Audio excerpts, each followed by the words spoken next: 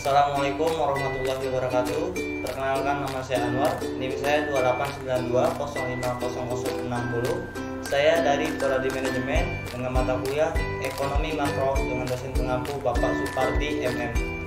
Saya mahasiswa semester 2 di Universitas Pancasakti Bekasi. Tujuan saya membuat video ini yaitu melakukan ujian akhir semester. Saya akan menjelaskan tentang perdagangan internasional. Apa itu perdagangan internasional? Perdagangan internasional adalah perdagangan antara dua belah pihak yang berasal dari negara yang berbeda berdasarkan pada perjanjian yang telah disepakati bersama. Pihak yang melakukan perdagangan ini dapat berupa individu, perusahaan, atau pemerintah.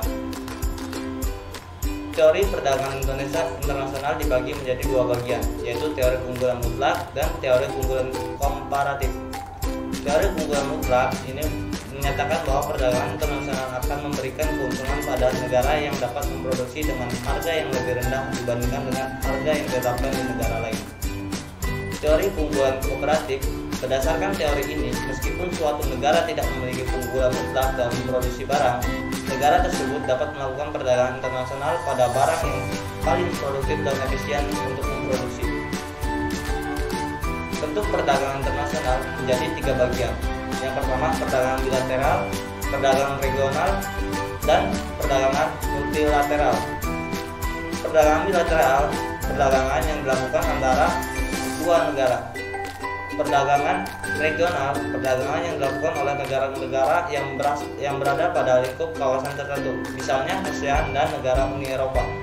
Perdagangan multilateral, perdagangan antar negara tanpa dibatasi kawasan tertentu. Tujuan perdagangan internasional selain untuk memenuhi kebutuhan suatu negara yang tidak ada di negaranya, perdagangan internasional memiliki beberapa tujuan lain seperti: yang pertama, memperluas pasar wilayah perdagangan dan meningkatkan produksi. Yang kedua, meningkatkan devisa negara melalui kegiatan ekspor ke negara lain. Yang ketiga, meningkatkan pertumbuhan sektor ekonomi, menstabilkan harga barang, dan menyerap banyak tenaga kerja. Yang keempat, melakukan transfer teknologi modern untuk membantu meningkatkan efisien dalam proses produksi. Yang kelima, mendorong terbentuknya sumber daya manusia yang semakin mahir, terampil, dan unggul untuk mengikuti perkembangan teknologi. Manfaat perdagangan internasional. Kegiatan ini bisa memberikan beberapa manfaat dan keuntungan bagi masing-masing negara yang saling terlibat. Berikut ini beberapa manfaat adalah: yang pertama, mempererat hubungan antar negara baik secara bilateral maupun multilateral.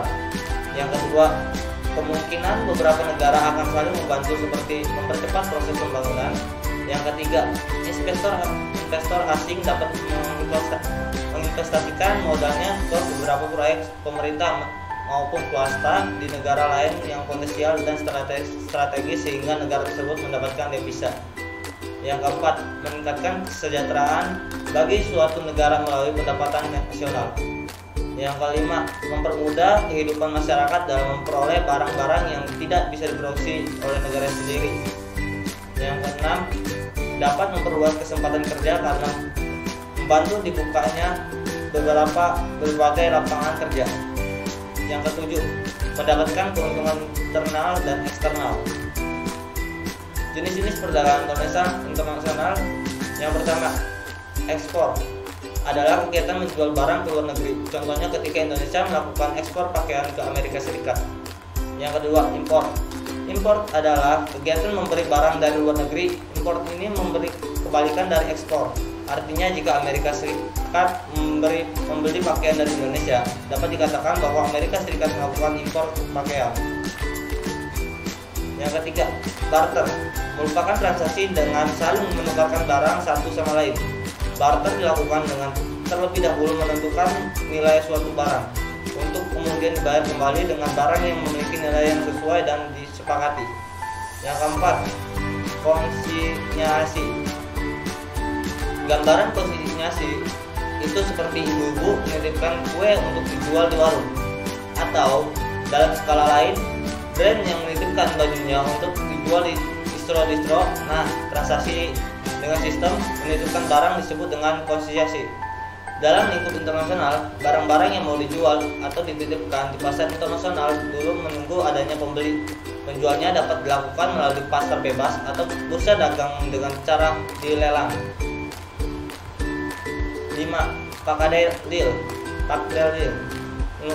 Merupakan kegiatan perdagangan internasional yang berguna untuk memperluas pasar suatu produk.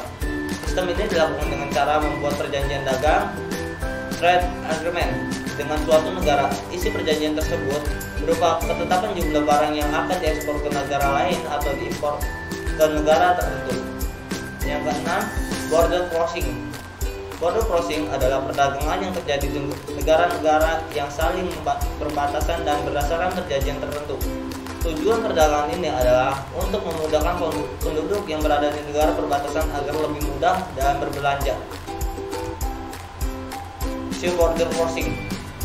Perdagangan antara negara yang melewati lintas batas laut. Sistem ini dilakukan oleh negara yang memiliki batas negara berupa laut dan dilakukan berdasarkan persetujuan dan ketentuan yang berlaku. Yang ke-8, overland border crossing. Perdagangan antara negara yang melewati lintas batas darat. Sistem ini dilakukan oleh negara yang memiliki batas negara berupa daratan dan dilakukan berdasarkan persetujuan yang berlaku. Faktor pendorong perdagangan internasional. Yang pertama, ketersediaan sumber daya alam. Tidak semua negara merupakan penghasil rempah atau tidak semua negara merupakan penghasil bahan tambang. Yang kedua, perbedaan faktor produksi. Meskipun memiliki sumber daya yang melimpah, tidak semua negara memiliki modal dan pengetahuan untuk mengolah sumber daya alam tersebut. Yang ketiga, dibutuhkan untuk memenuhi kebutuhan dalam negeri. Tidak semua kebutuhan dalam negeri dapat dipenuhi dengan produksi dalam negeri. Yang keempat, memperoleh keuntungan dari perdagangan antar negara. Keuntungan yang diperoleh meningkat karena semakin besarnya pangsa pasar dari barang yang diproduksi. Yang kelima, keinginan untuk memperluas pasar. Perluasan pasar dilakukan untuk mencapai skala ekonomis dalam berproduksi. Yang keenam, keinginan melakukan kerjasama dengan negara lain. Perdagangan internasional dapat menjadi salah satu cara yang dilakukan untuk mempererat hubungan dengan negara lain sehingga kerjasama dalam bidang lain dapat tercipta. Nah, begitu saja yang bisa saya sampaikan tentang pengertian perdagangan internasional.